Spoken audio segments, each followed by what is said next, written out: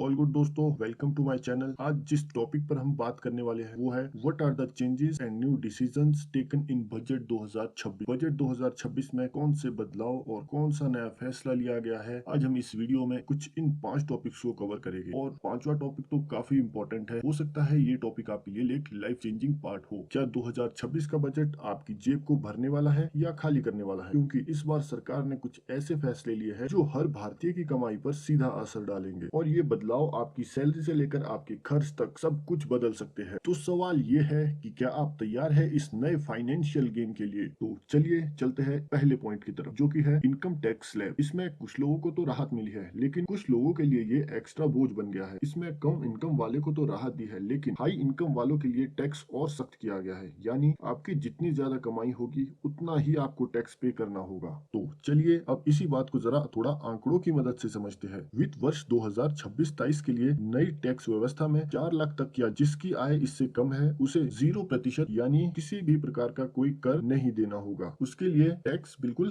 0 है। और जिसकी आय 4 से 8 लाख है 5% का टैक्स देना होगा। जिसकी 8 से 12 है उसे 10%, 12 से 16 15%, 16 से 20 20%, 20 से 24 25%, और जिसकी आय 24 लाख से अधिक है उन पर 30% टैक्स लगता है। साथ ही इसमें एक मुख्य पॉइंट है रिबेट यानी छूट। यदि अगर आपकी आय 12,75,000 या उससे कम है तो आपको income tax act section 87A के तहत छूट मिलेगी, जिसमें आपका टैक्स शून्य हो जाएगा। यदि आपकी आय बहुत अधिक है जैसे 50 लाख या उससे ऊपर, तो टैक्स के ऊपर सरचार्ज भी लगता है। आपकी जानकारी के लिए बता दूं, पुरानी व्यवस्था में 60 वर्ष से कम उम्र वाले लोगों के लिए 2.5 लाख तक की आयकर पर छूट थी। अब चलते हैं पॉइंट नंबर 2, जो कि है डिजिटल वर्सेस कैश। 2026 के बजट में एक बहुत बड़ा बदलाव आया है। सरकार अब डिजिटल ट्रांजैक्शंस को और तेजी से बढ़ाना चाहती है। कैश यूज करने के लिए नए रूल लागू किए गए हैं। अब बड़ी कैश ट्रांजैक्शंस पर सरकार की नजर और सख्त हो गई है। अगर आप ज्यादा कैश यूज करते हैं तो रिस्क भी बढ़ सकता है। और वहीं डिजिटल पेमेंट्स को सेफ और इजी बनाया जा रहा है। यूपीआई कार्ड्स और वॉलेट्स अब हर जगह इस्तेमाल हो रहे हैं। छोटे दुकानदार भी अब डिजिटल पेमेंट्स अपना रहे हैं। सरकार का गोल है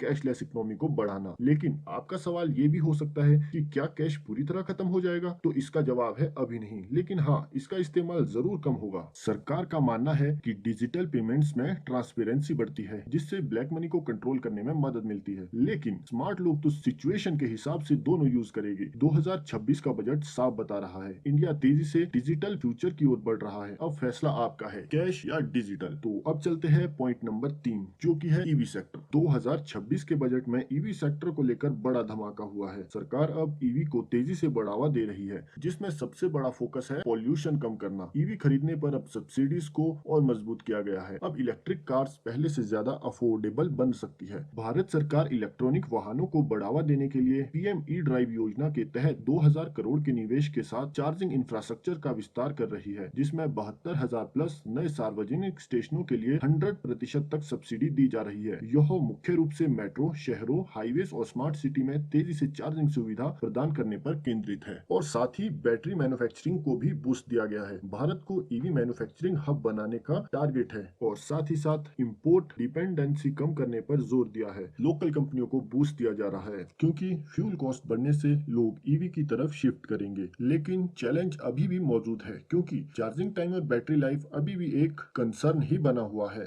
लेकिन टेक्नोलॉजी तेजी से इम्प्रूव हो रही है। फ्यूचर में ईवी ज्यादा पावरफुल और एफिशिएंट होगी। भारत सरकार का क्लियर विजन है, green India and clean India. तो अब चलते हैं पॉइंट नंबर 4 की तरफ, जो कि है इंफ्रास्ट्रक्चर स्पेंडिंग। क्या आपने नोटिस किया है, अचानक आजकल सड़कों, रेलवे और कई सारे प्रोजेक्ट्स में तेजी आई है? क्योंकि ये सब है बजट 2026 का बड़ा फैसला, जिसमें इंफ्रास्ट्रक्चर स्पेंडिंग्स में जबरदस्त बढ़ोतरी की है। सरकार ने रोड्स, रेलवे और डिजिटल नेटवर्क पर अरबों खर्च करने का प्लान बनाया है, ताकि देश की कनेक्टिविटी पहले से कहीं ज्यादा तेज हो सके। जब रोड्स बेहतर होते हैं तो ट्रेवल टाइम बचता है, और जब टाइम बचता है तो बिजनेस तेजी से ग्रो करता है। रेलवे एक्सपेंशन में लाखों लोगों को रोजगार मिल सकता है। इंफ्रास्ट्रक्चर को बढ़ावा मिलने से और नए प्रोजेक्ट एंड जॉब क्रिएट होते हैं। डिजिटल इंफ्रास्ट्रक्चर में इंटरनेट अब हर गांव तक पहुंचेगा, जिससे कि ऑनलाइन बिजनेस को अपॉर्चुनिटीज बढ़ेगी। लेकिन सवाल यह है, क्या ये खर्च तुरंत फायदा करेगा? तो इसका जवाब है, इंफ्रास्ट्रक्चर इन्वेस्टमेंट धीरे धीरे इकोनॉमी को पावरफुल बनाता है। तो अब चलते हैं उस पॉइंट की तरफ जिसके लिए अभी तक आप इंतजार कर रहे होंगे, जो कि है स्टार्टअप सपोर्ट। 2026 का बजट स्टार्टअप्स के लिए काफी गेम चेंजिंग बनने वाला है, क्योंकि इस बार सरकार ने स्टार्टअप्स को ज्यादा सपोर्ट देने का फैसला किया है, जिसमें सबसे बड़ा बदलाव आया है टैक्स बेनिफिट्स में राहत। अब नए स्टार्टअप्स को शुरुआती सालों में कम टैक्स देना होगा, जिससे उनका फोकस प्रॉफिट नहीं होगा, उनका फोकस होगा ग्रोथ पर। सरकार अब स्टार्टअप्स के लिए